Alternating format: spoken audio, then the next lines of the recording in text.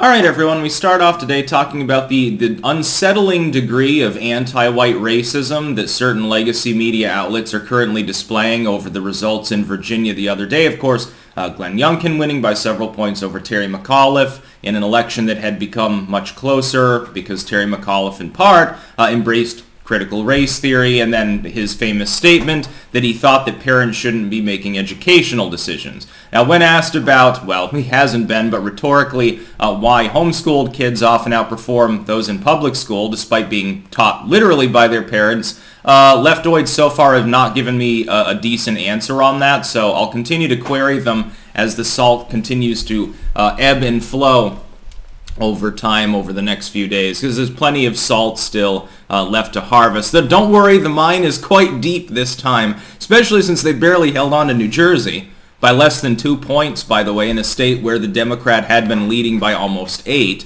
The swing away from leftoidism is sheer. And also a swing in support of populism. I love, by the way, how the rhinos are trying to say, this wasn't Trump's doing. This was in spite of Trump. Trump is done. This is now the Trumpless party. Oh boy, are the Ann Coulter backstabber types very, very upset because Trump did, of course, endorse Youngkin. Well, it seemed to work. Trump then trots out and then puts a 2-sentence message on his official website, and all these people went nuts. Anyway, first and foremost, before I delve a little bit more into this, some of the cope and bullshit that's going on with leftoids at the moment, because there's a lot of it to get through, keep in mind there will be a pinned comment down below if you're watching this video on YouTube, with links to 4 other video hosting sites that I use. Keep in mind I make several exclusive videos every day on those platforms. They don't get on YouTube, partially because YouTube's algorithm starts hammering you if you make more than 2 or 3 videos a day. If I put all the videos on there, at some point the declining rate of return goes negative and you actually get punished for making more content. Here's the thing. MSNBC's article here, archive link of course in the description. Always use archive.today whenever possible. There's a tiny amount of downtime here and there, otherwise very good site. That way we can rob the legacy media of their clickbait, because stuff like this, it helps them. That's why they do it. They're like, let me read the actual title. Glenn Youngkin's victory proves white ignorance is a powerful weapon. Yes, it's all about how white people misconstrued education and they were fooled by the evil, malevolent, racist right-wingers. They were fooled into being afraid of critical race theory and Toni Morrison and shit like that. The very fact is that if you were to slightly alter this title, I wouldn't even be able to mention it on goddamn YouTube or Twitter or someplace like that, because it would be seen as hate speech. But for some reason, it is considered acceptable. And this is MSNBC. This is mainline lamestream media. I call it the legacy media for a reason, putting out an article talking about sour grapes, essentially, how this is the result of ignorance. Now, the first thing you would ask is, if this is white ignorance that led to this result, why was there a further swing of Hispanic and Asian voters away from Terry McAuliffe? A fairly significant one. Nearly 40% of Asian voters also voted Youngkin, and about a third of Hispanics. By the way, a single generation ago, that number struggled to approach 25% that would ever vote for anyone in the GOP. You just had the San Antonio region flipped by the Republicans in an area that's 70% Hispanic, flipping yet another. I believe that was a mayor's race. The fact is that the Democrats have lost the plot, and part of it is critical race theory. I'll try to explain. For the last few decades, the Democrats have continuously hammered and yammered about their id poll horseshit about racism, much of which doesn't even exist anymore. And the idea, it's basically a dog whistle for anti-white racism, so vote for us because we're not like that. And yes, we are the party that has constant problems with individuals in private saying racist things, and with like Northam or Trudeau up in Canada, the Liberal of course, wearing blackface. We're the party of the poverty of the inner cities that wants to disarm the people that would try to defend themselves. But look, we're totally not racist. And they simply take that up as an id poll line or lie, however you will, and they use that to get votes. For a very long time, that worked very, very well with the different non-white racial ideologies. Now, of course, if you believe in civics at all, you say, well, you should ignore the id poll regardless because you're all Americans, kind of all in the same boat. But a lot of people won't do that. That is true. There are people who vote identity. But that's beginning to change. In a time of prolonged economic stress, where you had that brief Indian summer, if you'll use that term properly, under Trump economically, people have a very stark contrast. I think some of them have left behind the id poll. In part, it's because the more recent generations of Hispanics that aren't, recent immigrants, but now third or fourth gen in some cases, sometimes fifth, I believe, they are more economically comfortable, more economically assimilated. The id poll doesn't work as much. Saying the white man is keeping you down is not a great strategy to get you to vote for someone if you're already in the middle class. Because they're like, I don't feel kept down. What are you talking about, this victim politics bullshit you're talking about? And so fewer and fewer people are engaging in that. The Democrats pivot to CRT. CRT is a Marxist component of this. I wrote a booklet called Critical Race Theory Debunked, available, by the way, on Amazon by yours truly, that you can find as well. Critical race theory is partially of Marxist derivation, which, for those economic classes that have made it, not recent immigrants usually, but third, fourth, fifth gen, they don't like leftism. In some cases, the more recent immigrants, like Cubans, tend to vote fairly conservative because they know what communism's like. If you want to break the id poll stranglehold on these groups that the Democrats had enjoyed up until very recently, literally the Trump era of populism, you either need the Republicans to actually be racist, which has not happened in a while. The white suit and horsewhip era ended a while ago, and back then it was arguably more Democrats that were involved in it. You're talking about the pre-boomer generations essentially.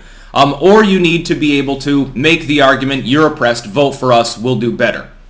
The problem is that without the economic disadvantage of rising number of especially Asian but also now Hispanic groups, as more and more development takes place, that's begun to fall flat, and then you introduce critical race theory at exactly the wrong time.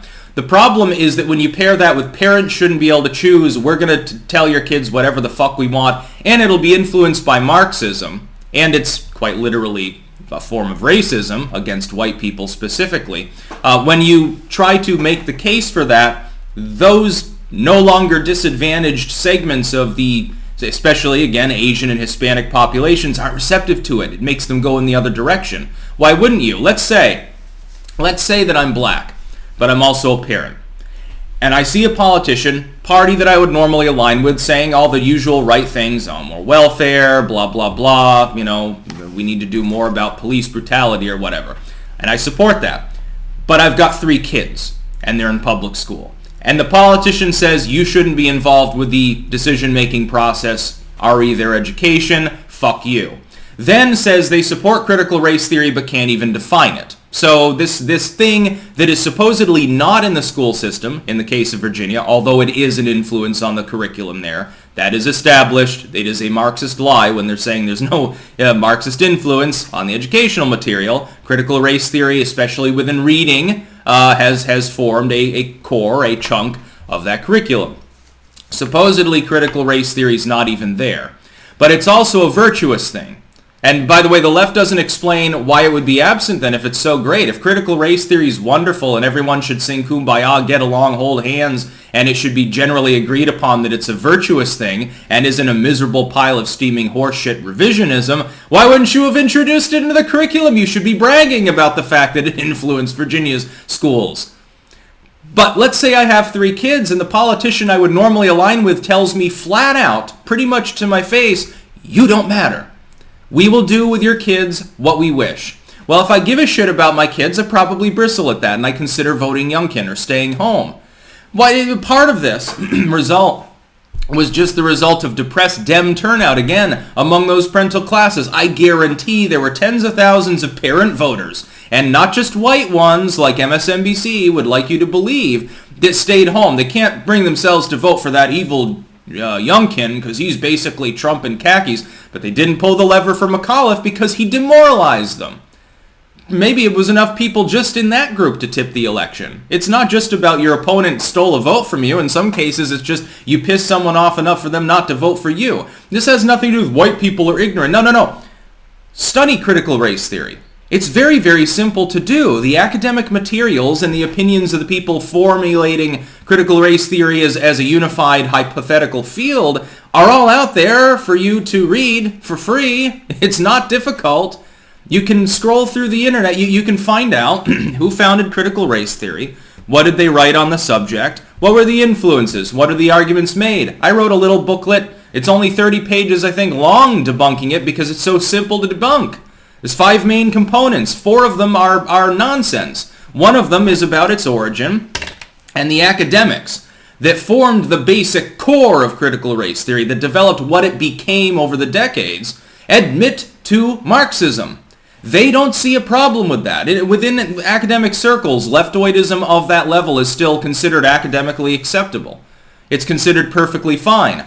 But they don't want you to understand that because we, the lay people, fundamentally understand it from a non-analytical perspective. I'm not interested in Marx as that dude who lived in the 1800s. Let me psychologically reanalyze what he said. No, I look at him as that despicable idiot who created a system that was then warped out of all context by multiple egotists and killed 100 million people. No, I'm not so sure that I want that in the educational system, and I'm not sure that something that is essentially just the replacement of classical Marxism and the class struggle with the race struggle, literally encouraging a soft race war at times. If you read the literature, again, it's all fucking out there for you to see, then you will know that critical race theory is hokum. It's revisionist, it's vile, it's completely stupid. You might as well, as I said yesterday, teach critical creation theory. Let's say to kids, no, it's censorship when you say that you can't teach them creationism in schools. I suppose that that's fine now too. After all, it might be an element of religion, but it's also an element of history. So there's no problem with it, right? Teach it from a historical perspective. Well, how do we know that the world is not flat or dome-shaped and sitting on the back of a giant turtle?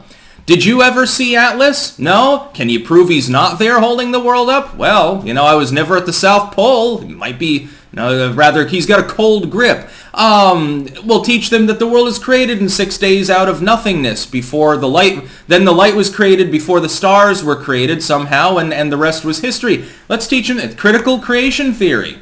It makes just as much sense. It's just as acceptable to teach in a historical context. Why not?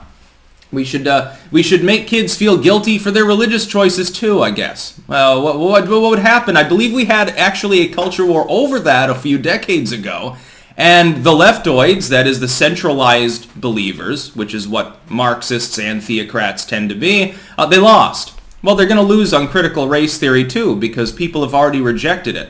So now they're trying to retitle it or claim that it doesn't even exist. The critical race theory that initially they said was great and they doubled down on it, now it's a ghost. It doesn't exist anymore, so you're not allowed to criticize it. Yeah, it's still there, but we stopped using that particular title because it became too toxic, you dumb conspiracy theorist right-wing hick. That's about all. Peace out.